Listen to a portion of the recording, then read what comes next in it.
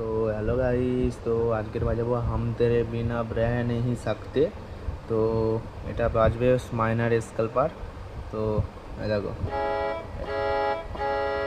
এই তিনটে সুইচ টেপা, এটা হচ্ছে ম্যাজিক সুইচ। এই যে কোনো কিবোর্ডের ঠিক আছে, ম্যাজিক সুইচ।